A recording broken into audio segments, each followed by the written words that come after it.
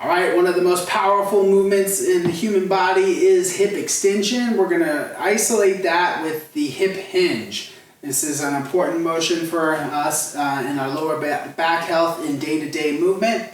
Rice is going to get started with just a stretching hinge and working on range of motion, developing range of motion in the hamstrings. So we'll start simply like this. Let's count this next one as rep 1. Ready? And she's just sliding into that. If you did want to use something to make sure that your back stays in place, then you would do this with a pole or a cane or something here, going through your hinge pattern that way. Let's get ready and let's begin. Round 1, we're going for 12 repetitions, hinging just for a stretch for round 1. If you wanted to load that, then we'll show you how to do that for round 2. It's always good to get a little bit of a stretch and a lengthening of those tissues as you kind of find out the range of motion of your hinge. This is also known in the weight training world as the Romanian deadlift. It's minimal knee flexion, maximal hip flexion and extension. So minimal knee movement here. You can see hip, knee, ankle, toe alignment all in one. And then from the side, what number are we on? 6. From the side, you see spine in line, her head's moving with her there. She's poking her butt back to the wall behind her, looking for that lengthening of the hamstrings at the bottom.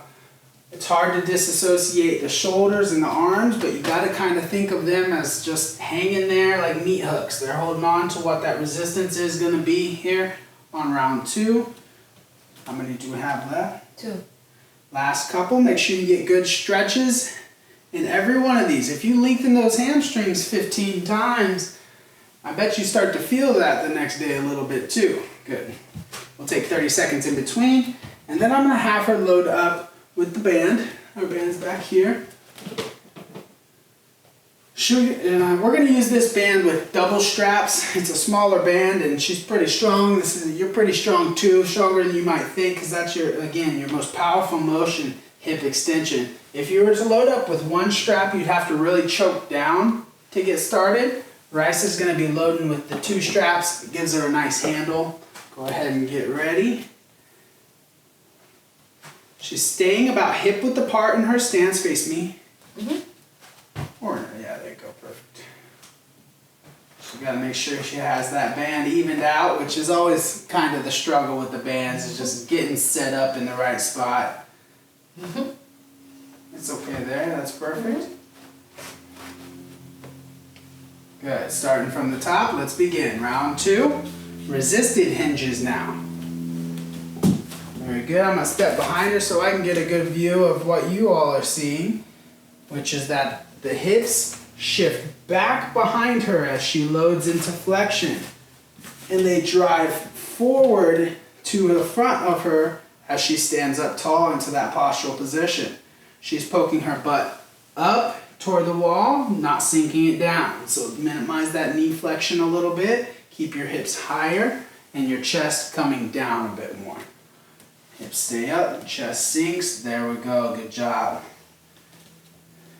Good, and you can see the work that's being done through her shoulders to maintain structural integrity of the shoulder so it's not cramping forward or rounding forward. She's keeping it down and back. That transfers all that force through the backside, posterior chain down to those hip muscles. What number are we on now? 10. Number 10, almost there. Smooth and steady to the bottom. Strong to the top, still smooth. I don't want you to power out of it so fast that you're losing control of the tension. Good, and rest. So there's the resistance band style. We're going to give you 30 seconds, and she's going to work on the weight training, dumbbells. You could easily grab a barbell. You would have to keep that barbell real close to your legs. We're going to work on the suitcase style dumbbell hinge here. So let's give her something easy to manage. 10 pounds. Get loaded up, same thing. There's a lot of work stabilizing through the shoulders. Let's begin. Smooth to the bottom, strong to the top, all the way. Good. Minimize that sit with the knees. Keep your butt high. Hips and heels on the way back. Hips drive forward through the heels on the way forward. The back is stabilizing significantly. You may feel one of the most common things I hear, and most commonly people feel their lower back working. And yeah, your lower back is working to maintain the integrity of your spine. It's not moving though. There's no folding, twisting, or bending of that lower back area. It's all coming from the ball and socket of the hip in flexion and extension. Good. Take your eyes down with you. Yeah, I like to pick 2 spots out to look at. The standing spot is right in front of me.